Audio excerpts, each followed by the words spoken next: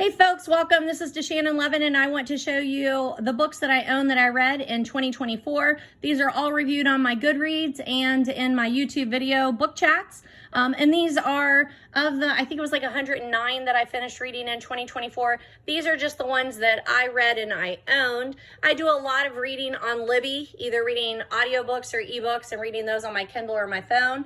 But these are the ones that I finished that I own. I'm just going to quickly run through some of those covers for you and give you a little rundown. So here we go. So I highly recommend this. I am so sorry that it took me so long to read it. Jack London, The Call of the Wild, and White Fang. White Fang was exceptional. I'm glad I read The Call of the Wild in high school or somewhere in school. I think we read his short story, To Build a Fire, but White Fang was amazing. As a dog lover, it's a complicated story, but man, is it ever good. I also read C.S. Lewis, Mere Christianity. This has been on my to-be-read shelf forever. It is religious nonfiction. C.S. Lewis is a well-known Christian writer who writes about Christianity. It was good. It wasn't my favorite by him, but I enjoyed it. I thought it was good. I read a lot of Agatha Christie. If you know me at all, you know that I run a YouTube, or not YouTube, we do Zoom calls, a Facebook group. We're reading all of the Agatha Christie books in chronological order. We started in 2022, I think it was. So this is the first one of 2024 that we read. Agatha Christie's Evil Under the Sun. That was a super fun one. I would recommend any Agatha Christie, but I have a couple of copies of some of these because I love the vintage copy covers. I think they're awesome. I read Janet Evanovich, Plum Lovin', because I love the punny title there. This is a Stephanie Plum Between the Numbers novel. If you know Janet Evanovich and the Stephanie Plum series, it's like 1 for the money, 2 for the show, 3 to get ready, like it's those. And then she has those ones that fit in between the regular numbers. And I read this during February because I thought it was a good seasonal novel. The next one is another Agatha Christie, N or M. That was a really fun one and a pretty famous one by her. And look at that cover. That's why I wanted to do this video so you could see some of those. With my book club's going on 25 years, maybe even more than that. But this is the Radcliffe Ladies Reading Club by Julia Bryan Thomas. And this was it was an okay one for me. I think it was probably like a 3 out of 5 for me. I didn't love it, but it was a good book club discussion. Our book club likes to read books that make us think and give us good topics to talk about. And it's a good, like, historical fiction kind of talk. This, completely opposite. Ice Planet Barbarians by Ruby Dixon. I had a young 20-something that recommended this book to me, and I loved it. It is definitely smutty romance, though, and it's science fiction.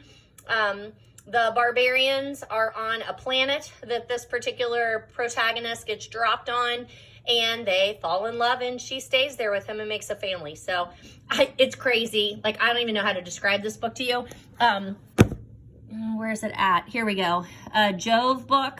So it's a smaller publisher, but you may have seen that. And it's pretty popular with people who read that particular kind of genre. So, yeah, I don't think you'd have trouble finding it. I read this. I know it's a children's book, but it's Favorite Aesop's Fables. There are 4 or 5 of them, and there's a couple of Aesop's Fables that I go over in my freshman class. So I just saw this collection and read it, and then I can't remember. The Tortoise and the Hare, I think, is the one that I read to them this year. The other one that people talked a lot about, and then I bought the actual, hardback cover of it, and then I didn't love it, so that's probably not a popular opinion, but Wintering, The Power of Rest and Retreat in Difficult Times by Catherine May. I didn't love it. It was good. I don't know. I think I'm probably a little jealous that, like, she quit her job and was just, like, roaming around the earth, traveling with her son. And then if you read this, you're thinking, really? You're, like, really jealous of her because she went through a lot of, like, difficulties. Yes, I know. I get that too. But it's good. It's a good nonfiction. You can read a little bit at a time. If I'm not mistaken, this one goes like by month. So that would kind of be a good way to read it too. And that's how I read it, is over a number of months. Another Agatha Christie, and probably the one that shot to the top of my list. Agatha Christie, The Body in the Library. I love this. It's a Miss Marple murder mystery. If you are thinking of dipping your toe in Agatha Christie, I would suggest that you read a Hercule Poirot and a Miss Marple. Those are her two main characters, and they're in different books in her novels. But this is a Miss Marple, and it's funny. It's really funny the way that it works. I really enjoyed it. Definitely went to the top of my list. And there's just another, like, I like these. I love that they originally sold for 60 cents. And I love the covers on these vintage Agatha Christie novels. So, love it. This is phenomenal. I think everybody should read it. Go. You want to buy your own copy because you're going to want to underline, think about it. You're going to want to take your time at it. Nonfiction, Why Has Nobody Told Me This Before by Dr. Julie Smith. Everyday tools for life's ups and downs, and that's exactly what it is. You feel like you're talking to a therapist. She gives you a lot of tools for dealing with, just life in general, and then also some trauma. But obviously, if you've undergone major trauma, you want a real person that you go and talk to. But for the rest of us that maybe do not have an actual psychologist or a counselor that we're speaking with or a therapist, this book is well worth reading. She says a lot of things that, yeah, I already know that. I know that. But I need somebody to tell me that and then give me some things to work through it. I bought this because I'm a big fan of the podcast, Bigfoot Terror in the Woods. This is Sighting and Encounters. The first volume is by W.J. Sheehan. I really wanted to support these guys. There are two brothers that do the podcast, and it's a fun podcast. I listen to it. It's one of those podcasts I always listen to. And it's easy to dip in and out of. If you're a Bigfoot enthusiast, I don't know if you can see him or not, but you can see my husband brought Bigfoot home over Christmas. There he is back there hanging out. It was a fun read. It is definitely independent published. And it just sounds like he's talking to you. So if you like the podcast, you're going to like the book. But if you just pick up the book and you're expecting very polished, a book that's, had a really good editor, probably not. That's not it. But I like Bigfoot stories. I like the aspect of storytelling. Abby Jimenez, I feel like I say it wrong every stinking time, so I apologize. But yours truly, you can see here, it was a book of the year. I don't know, like book of the year by who, but it's also a book of the month club. I love those. I love these editions. I think they're beautiful. I started listening to this one, and then I think I picked this up at a used bookstore, if I'm not mistaken, or a thrift store, one or the other. So halfway through, I stopped listening and then just started reading it. Just fun, rom-com. I will read more of hers. Actually, I'm reading one of hers right now. This is the second in a series. I can't remember the name of the series, Part of Your World. And right now, I'm currently listening to the first one. I didn't realize it was part of a series. Looks like we got a couple of Agathas up next. We have Five Little Pigs. Look at that beautiful cover. Isn't that lovely? I know it has $1.95 on there, but I'm sure that's not what I paid. I don't remember. But it's lovely. This was a good one. This has a good adaptation out there. If you are an Acorn or a BritBox lover, it's a great adaptation.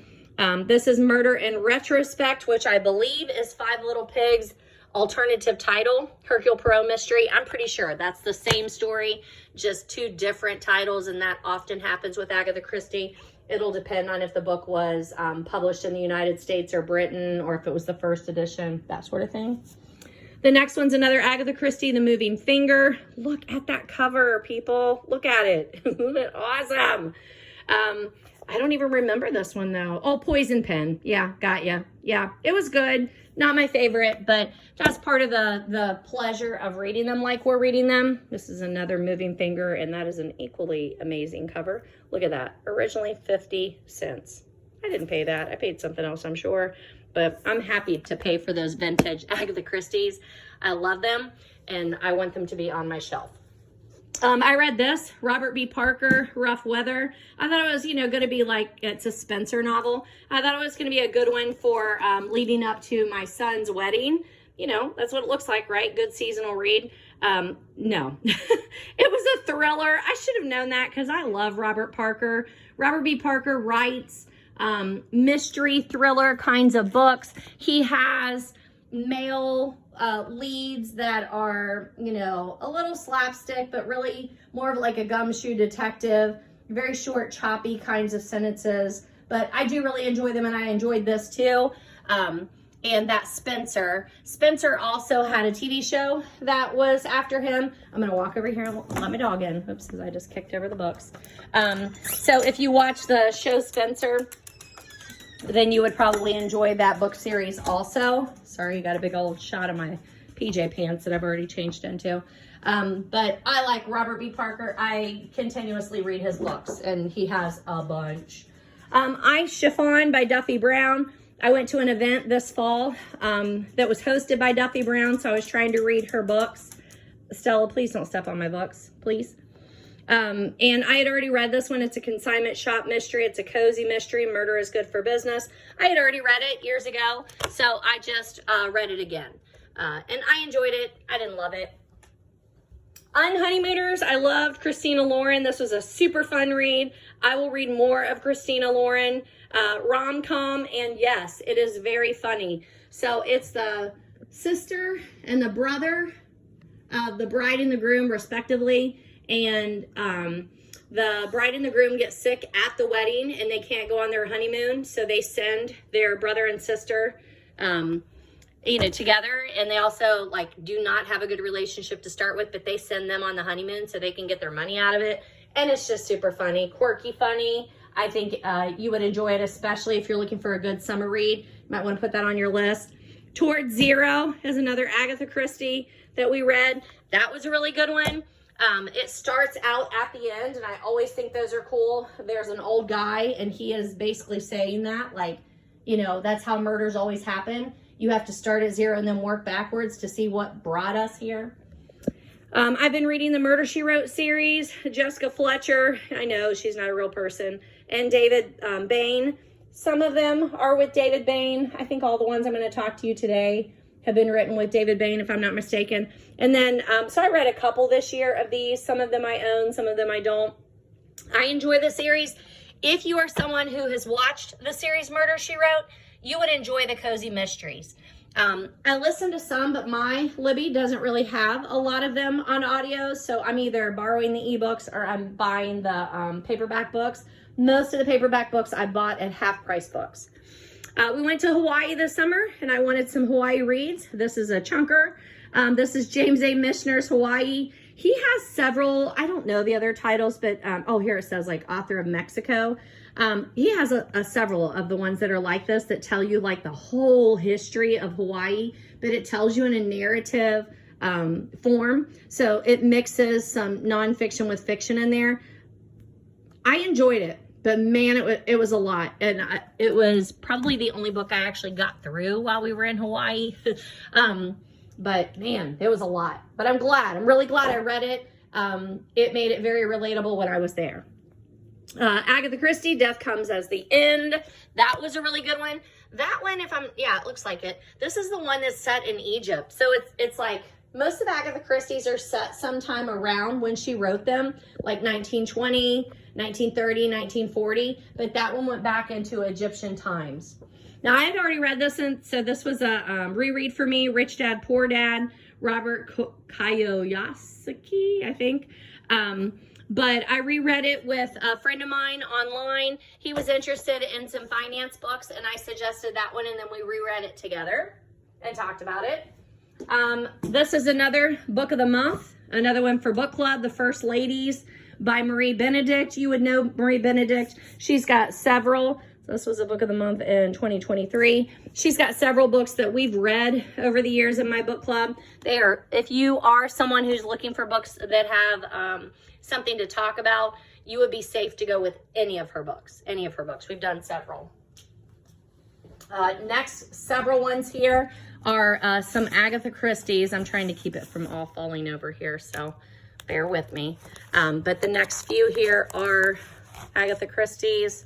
We have Agatha Christie's Remember Death. This is, I have 3 different copies of this for some reason. Oh, see there, that's what I was going to tell you. This is another one that has an alternative copy or alternative title. Original British title is Sparkling Cyanide.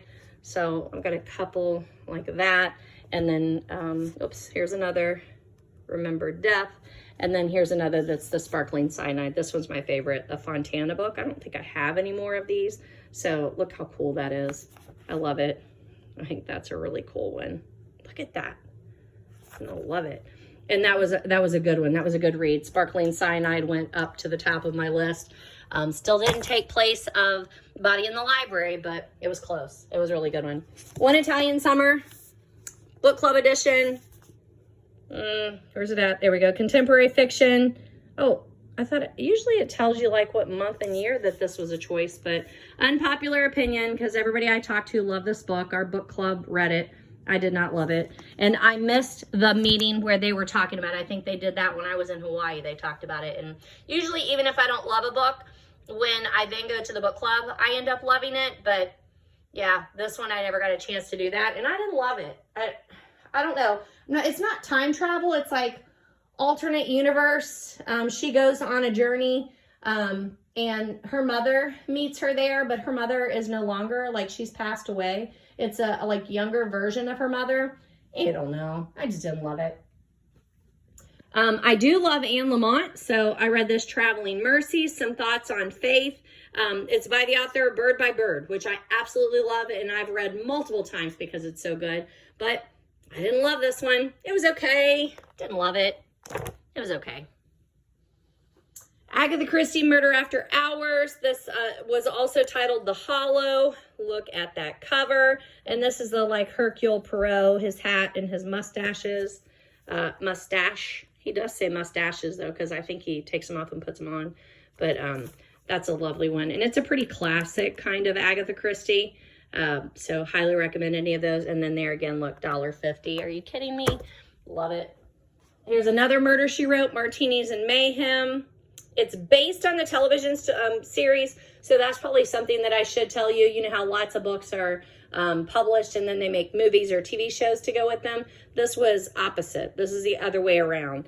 But I really like them. I mean, I'm a fan, so there's that. Oh, I better do these ones that are on top. So we have this little stack here to go.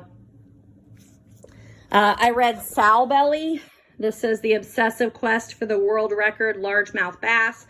I live in a fishing community. My husband, my son, both fish the circuits, you know, the Bassmasters, that sort of stuff, the BFL, if you know all those things, the Toyota series. So I thought that I would be reading a little bit of this and then give it to my husband and he would take it to Hawaii and read, but he's not much of a reader. And then it is a much slower story than I was expecting. It's very much journalism. I really liked it. But that's going to be a very limited audience. I'm aware of that. This is a reread for me. The Genesee Diary, Report from a Trappist Monastery by Henry J. M. Nouwen. I read this back in college for a class and we discussed it and I found it life-changing then. And then I came back across it not too long ago and I remembered that it was set up like a diary and it started in, I think it's June. June. And so I was like, you know what, I'm going to reread it. And same thing, like it goes as a diary, so I'll just read it day by day. So I didn't finish it until I think it finished up in November, maybe, something like that. So I just reread it and still, I mean, it still really spoke to me. I love that I still have my college copy. So I read all my notes that I thought back then and to see how things have changed and not. I loved it. I highly recommend that for religious nonfiction if you're looking for it. I loved it. This is just a little bitty one. I love Mary Engelbreit. This is her art. It's very recognizable. And this is just a little Clause and Effect book that I had of hers. And I realized I just never actually sat down to read it. It really is more about the art that she has that's holiday, but it also has little sayings that goes with it. I waited forever to read this book, Carl Hyacint's Taurus Season. I love Carl Hyacint. This, somewhere along the line, somebody told me it had to do with like the professional fisherman. A little, barely, not really, no. I'm gonna show you, there's a cardinal out there. Did you see him? There's still lots of snow here in central Ohio, just piles and piles of it. And the cardinal, oh, there he is. Now he's down there trying to eat. I throw bird seed out, so they're out there eating. Anyhow, Taurus Season by Carl Hyacint, not my favorite. There's plenty of Carl Hyacint's I think you should read, but you could definitely get away without reading this, unless you're a Carl Hyacint big fan like I am, and then like you appreciate it, but I still would only rate that like maybe a 3, right? Here's a new series, though, that I did read in 2024 and I super enjoyed. The Pumpkin Spice Cafe. It's The Season to Fall in Love. It's by Lori Gilmore. The name of the series is Dream Harbor, if I'm not mistaken. Notice the publishing house has one more chapter, so that's interesting. It's, you know, probably small press is what it started off on, but definitely got its fan base on TikTok. And then, yes, I also fell along. I read this one in print. Some of the others, I did not continue to buy them, but I read the ebooks. I listened to the audios. I talk about this in my YouTube book chats. But when I first started listening to the audio, I was like, this is not the right narrator. Like, this person who's doing the audio voice on here, not right at all. And she really won me over. I mean, I don't know, like, it so works. But at the very beginning, it hits me and I'm like, she's the wrong age. But I don't know how old she is. I didn't even look her up. But it just, you know, and I'm saying that from a woman of over 50. Like, you know, I'm not trying to be judgmental. It just, sometimes it doesn't seem to be the right person for the job. And that's what I thought was going on here, but not true at all. So pick them up in print, ebook, or audio. Very well done. I had not read this when it was our book club choice. Somehow I missed a meeting somewhere along the line. So I went back and picked it up. It's The Vanishing Half by Britt Bennett. This is a Good Morning America book club edition. I don't think that gives me a date on there, but it's a couple years old. You could probably find this in paperback now. It's good. It definitely follows, like, you know how every book club has their own flavor. It's definitely a Good Morning America kind of book, and I did really enjoy it. It's very thoughtful. The Vanishing Half, it's about twin girls that grow up together, but at the brink of adulthood, they part ways and they stay away from each other. And it's the story of, like, their separate families and then how they may or may not be able to rejoin. It's interesting. Another Agatha Christie, The Labors of Hercules. These are short stories, and it's a play on Hercules. It's Hercule Poirot. I don't know if you can see the spelling difference there.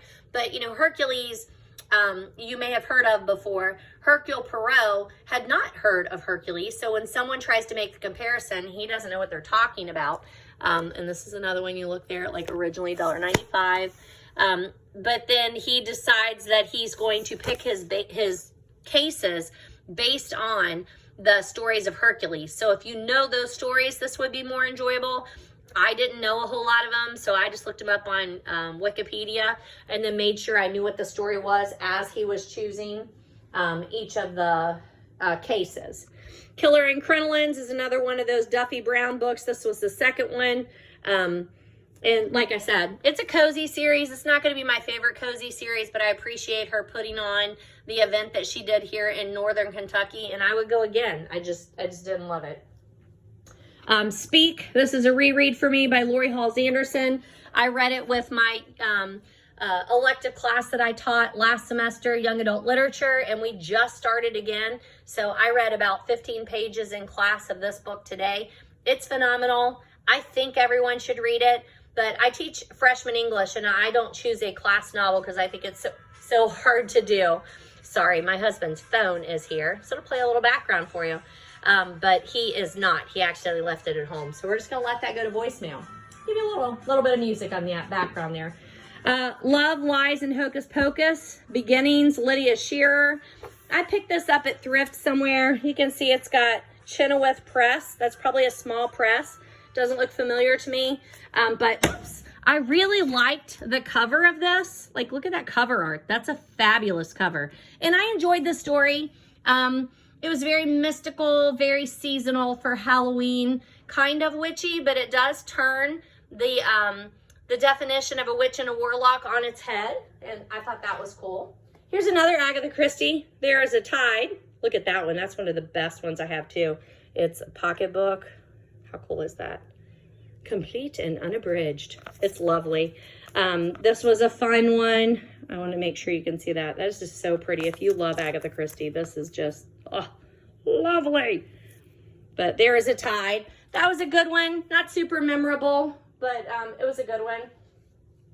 Agatha Christie, but it's actually Sophie Hannah, Mystery of the Three Quarters. It's part of the Monogram Murders.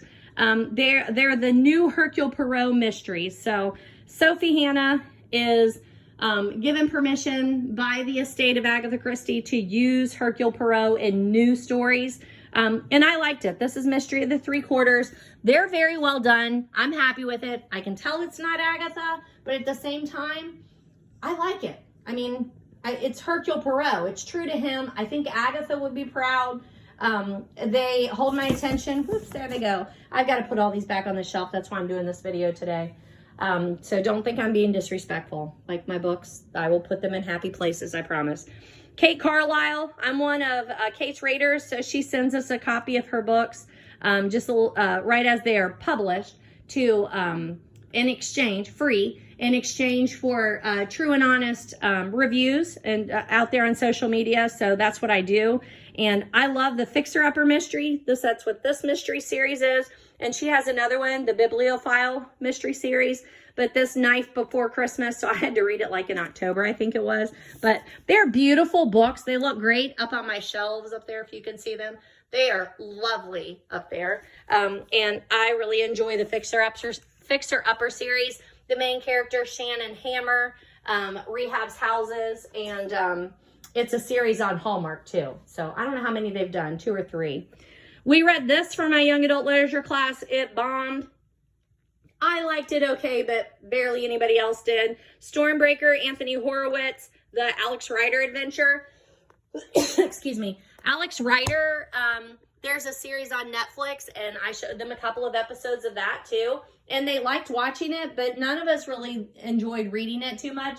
And I'm a big James Bond fan. That's why I thought it would be a really good one, but yeah, we didn't love it. And I've read lots of other Anthony Horowitz that I really love, but they're his books that are written for adults. Read The Maid by Nita Prost. It's another Good Morning America book club pick. I read this because she was one of the featured authors at Cincinnati Books by the Banks. Again, unpopular opinion. I didn't love it. It was okay. And I love mystery and thriller. It was just okay for me. But she did a good job speaking at the event. And you know, in my videos, I talk a lot about Cincinnati Books by the Banks. I highly recommend it. We did this with our book club. It's another book of the month club. This Tender Land, William Kent Kruger. Yep, there's a date on this one, September 2019. I picked it up secondhand, so it's been out for a while. If you know him, he writes very heavy literary fiction, slice of life kinds of stories, like There's a Journey. They always seem to follow like an Odyssey, that sort of thing. Historical fiction, very, very good. Great, great conversation for a book club. Okay, I've got a few more and I'm trying not to let them fall here. P.D. James, The Skull Beneath the Skin. P.D. James, I've read several of hers. I think it's a her. I can't remember. But, you know, it's a nice size mystery. Can you hear Stella snoring over there? God love her. But it was a good seasonal mystery. Actually, really, really good. Highly recommend P.D. James and this. It's older. Pretty old there. Dare I say classic. Another Agatha Christie, Witness for the Prosecution. Looks like that one was from a garage sale. But that's a great cover. Witness for the Prosecution. Agatha Christie has a short story called Witness for the Prosecution, and then she also has this novel. There's another. That's a great cover. This is by Dell. Same book. And then, God, I should have saved something else to end up on. But Janet Ivanovich, Thanksgiving. I already talked to you about a Janet Ivanovich. This is not a Stephanie Plum novel, nor is it very good. But it's seasonal, and look, it's got such a great cover. It's just so fast and light. So if that's what you're looking for, or if you were a Janet Ivanovich fan, you're going to appreciate it. But that's my stack of books that I read in 2024. I'm right at 30 minutes on this video, so I hope you've stuck around to the end. But these are just the ones that I actually own that I need to get now up onto these shelves and intermingle them. And I talk about all of these on my YouTube channel, so come visit me there, watch some of the backlog, and Stella and I will see you later. Thanks, folks.